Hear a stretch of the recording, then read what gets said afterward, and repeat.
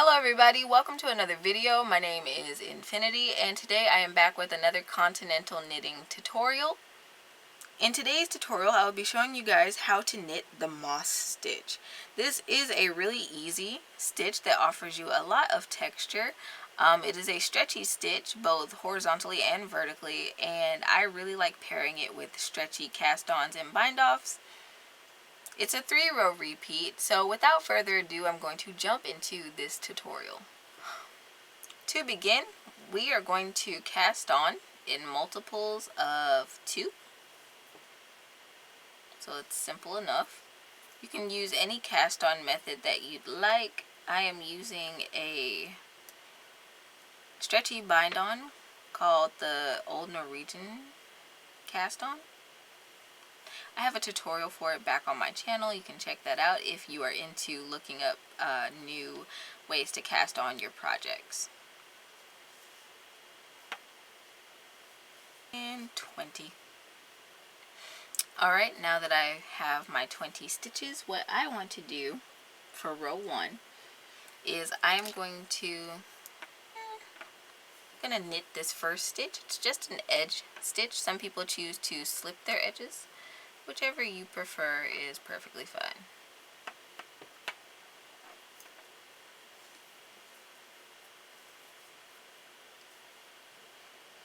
Alright, now we're going to start our repeat for this row, which is knit 1, purl 1. And we are going to end the row with a knit 1 and an edge stitch. So I'm going to knit 1,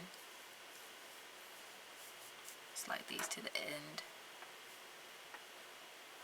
bring the yarn forward, purl 1, yarn to the back, knit 1, yarn to the front, purl 1, all the way across.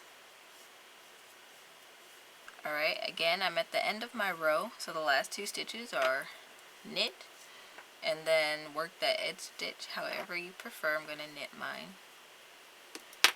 Alright, and that is row 1. Alright, for row 2, we are going to do what they call knitting the knits and purling the purls. So, if you know the difference between knits and purls, it shouldn't be too hard as long as you're paying attention to what you are doing. For my instance, I ended my row on my edge stitch, which I knit. I have a knit stitch here for the end of the pattern, and I have a knit stitch here. Okay, so I'm going to be purling those stitches because on the wrong side, all 3 of those stitches have that horizontal bar that looks like a purl stitch. So I'm going to purl all of those. 1, 2, 3. This next stitch looks like a knit stitch, so I'm going to knit that stitch. Next stitch looks like a purl stitch, so I'm going to purl that stitch. And so on all the way across.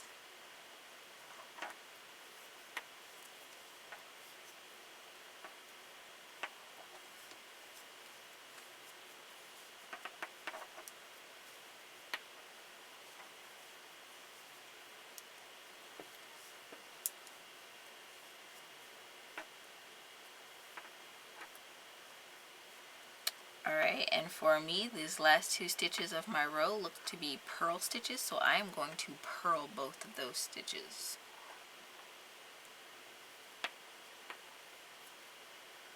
One and 2. Alright, and this is what our fabric looks like so far. Now on to row 3, which is the final row of our repeat. I'm going to turn our work. We're going to work our edge stitch. Again, I will knit mine. Okay, and our repeat for this row is purl 1, knit 1. So we're going to bring the yarn to the front, purl this first stitch, and knit the next stitch all the way across our row.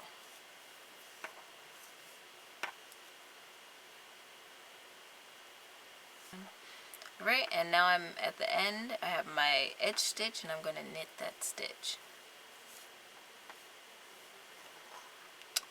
Alright? And that is my 3-row repeat.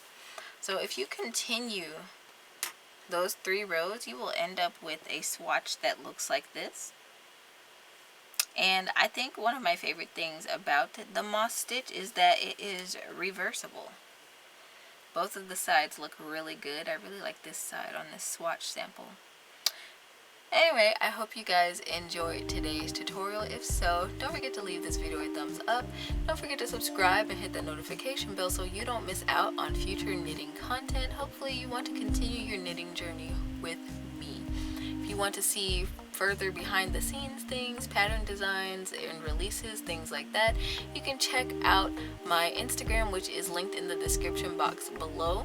You can also head over to infinitiCraftingCompany.com and sign up for my newsletter so you don't miss out on my latest deals, pattern releases, and product line releases. I am actually an artist behind the scenes, you know, when I'm not doing the fiber arts, and I do ceramics. I announced some time ago that I was working on making up yarn bowls and knitting needle vases, things like that can be used in the craft room.